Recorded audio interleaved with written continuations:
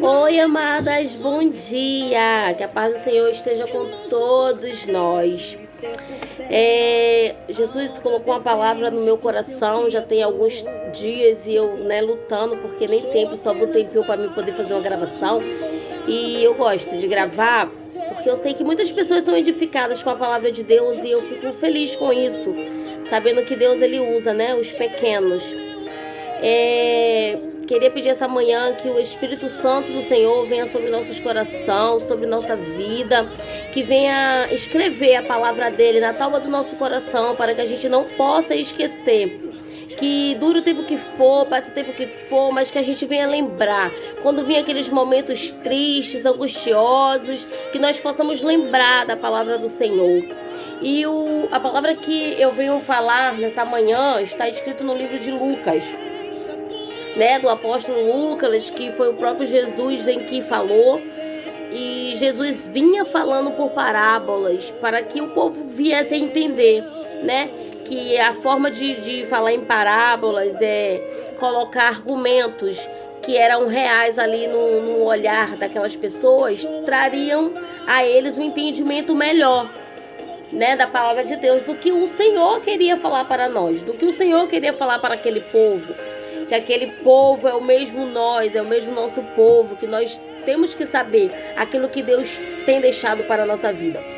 E no livro de Lucas se encontra também Mateus, que os discípulos ele vem contando as mesmas histórias, porque eles viveram ali ao redor de Cristo, eles ouviram os outros falar.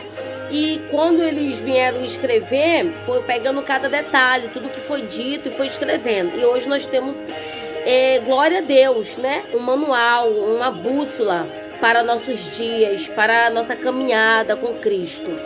E está no livro de Lucas, segundo escreveu Lucas, 6:46. Capítulo 6, versículo 46. Lucas. E lá em Mateus também tá. Capítulo 7, versículo 24. E que diz assim: os dois fundamentos. Os dois fundamentos, Por que chamais Senhor, Senhor, e não fazeis o que vos mando? Todo aquele que vem a mim e ouve as minhas palavras e as pratica, eu vos mostrarei a quem é semelhante. É semelhante a um homem que, edificando uma casa, cavou, abriu profunda vala e lançou alicerce sobre a rocha. E vindo a enchente, arrojou-se o rio contra aquela casa e não pôde abalar, por ter sido bem construída. Mas o que ouve e não pratica é semelhante a um homem que edificou uma casa sobre a terra, sem alicerces. E arrojou-se o rio, vindo o rio, invadiu o rio contra aquela casa, logo desabou.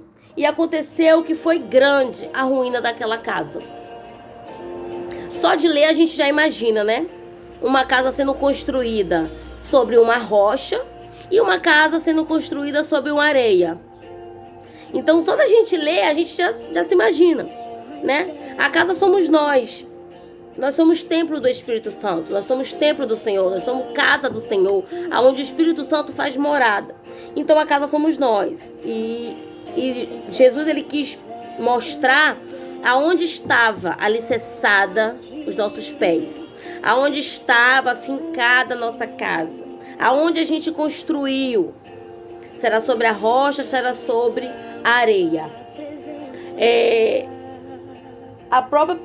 Jesus veio falando isso. Ele vinha, já falando sobre as bem-aventuranças, já vinham falando sobre o adultério, Jesus já vinha falando sobre amar o próximo, Jesus já vinha falando várias coisas, como se comportar, como se manter, como viver. E aqui ele diz que aquele que ouve a minha palavra e as pratica. Jesus fala assim, eu tenho essas pessoas que ouvem a minha palavra e a pratica como um homem que fez a sua casa em cima de uma rocha. Ele cavou, né? Ele colocou o alicerce e ele construiu a casa dele em cima de uma rocha. Então veio o vento, veio a tempestade, veio a doença, veio o desemprego, veio a mentira, mas aquela casa continuou sustentada, porque estava sustentada na rocha. Então, quando o homem ouve a palavra do Senhor e não as pratica, não coloca em prática, o que acontece? A casa é construída na areia, no raso. Então, vindo um vento, já desaba. Vindo uma briga, uma contenda, já traz dissensão. A família toda já briga, já traz destruição, né? O adultério bate na porta e entra. E quando essas coisas vêm acontecer nessa casa que não está firmada na rocha, essa casa vai fazer o quê? Vai desabar. Ela vai afundar, ela vai ser levada no vento, ela vai ser levada no rio, na enchente, porque muitas vezes quando chove, chove muito, né? E alaga. E se a casa não tiver uma boa estrutura, ela entra, ela invade, ela acaba com os móveis. Então, aonde está a nossa casa? Aonde está a nossa casa? Está na palavra de Deus, fincada ali na palavra do Senhor? Ou está sobre uma areia? Né?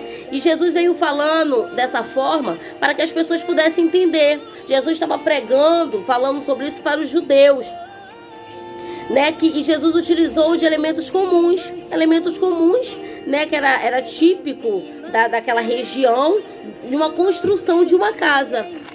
E hoje, por isso que eu falo que Jesus estava falando para nós, porque a gente vai fazer uma casa de areia. Porque se a gente fazer uma casa de areia, a gente vai ter que cavar muito e vai sair água, né?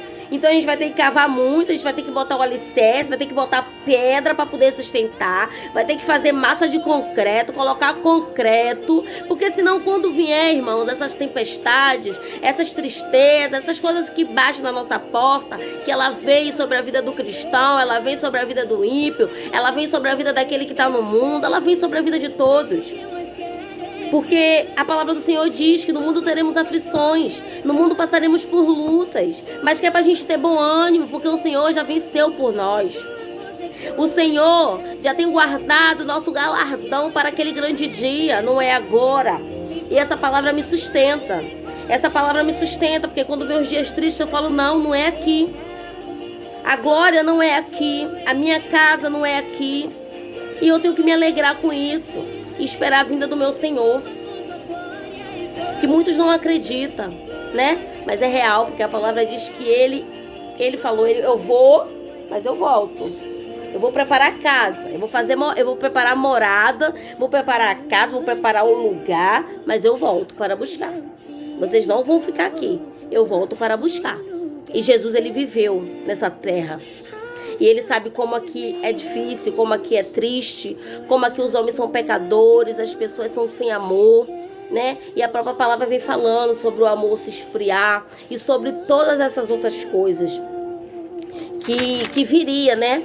E Jesus, ele já veio falando sobre o pecado, sobre o que não cometer, o que não fazer, né? Em 1 Pedro 2,6 diz assim: pedra eleita e preciosa, a quem nela crê não será confundido. Essa pedra eleita é Jesus. Em quem nela crê, em quem nele crê, que aqui está se referindo a pedra, né? Feminino. Em que nele crê não será confundido. Pedra eleita, preciosa. E Jesus vem falando sobre o que a gente não deveria fazer. Então essa é a palavra do Senhor. Essa é a palavra que ele vai se referindo aqui. Aquele que ouve minha palavra, aquele que está ouvindo meus ensinamentos, aquele que está vendo eu curar, aquele que está vendo que eu sou um Deus de milagre, um Deus de cura, um Deus que não deixa faltar. E coloca em prática. Qual é a nossa prática? Buscar o Senhor. Buscar o Senhor. Qual é a nossa prática? Buscar o Senhor, é orar, é ajudar, é amar ao próximo. E eu quero agradecer ao Senhor nessa manhã, por ter me dado essa permissão de falar da palavra dele, que é boa, é perfeita, é eficaz e é como uma espada, né, de 2 gumes, que atravessa, que entra e corta aí, corta aqui. É para você e é para mim essa palavra. Porque tem dias que fica difícil, tem dias que a gente não aguenta, tem dias que a gente só ajoelha e chora. A gente não consegue nem dizer uma palavra pro Senhor. Porque nós não temos. Porque Deus, ele sabe tudo, Ele tem tudo. E nós, quando nós sabemos que estamos passando por um processo, que estamos passando por um deserto, mas é por causa da permissão dEle, o que a gente vai falar, irmãos? O que a gente vai falar com Deus se é Ele que está permitindo? Mas muitas vezes eu falo, Senhor, me ajuda, socorro. Eu sozinho eu não posso, eu sozinho eu não consigo. Eu sei que é a tua permissão, mas que o Senhor venha me dar força, que o Senhor venha me dar ânimo, que o Senhor venha me renovar cada manhã, Pai amado. Porque nós temos que falar isso com o nosso Deus. Nós temos que falar com o nosso Deus. Nós temos que também expor o que estamos sentindo.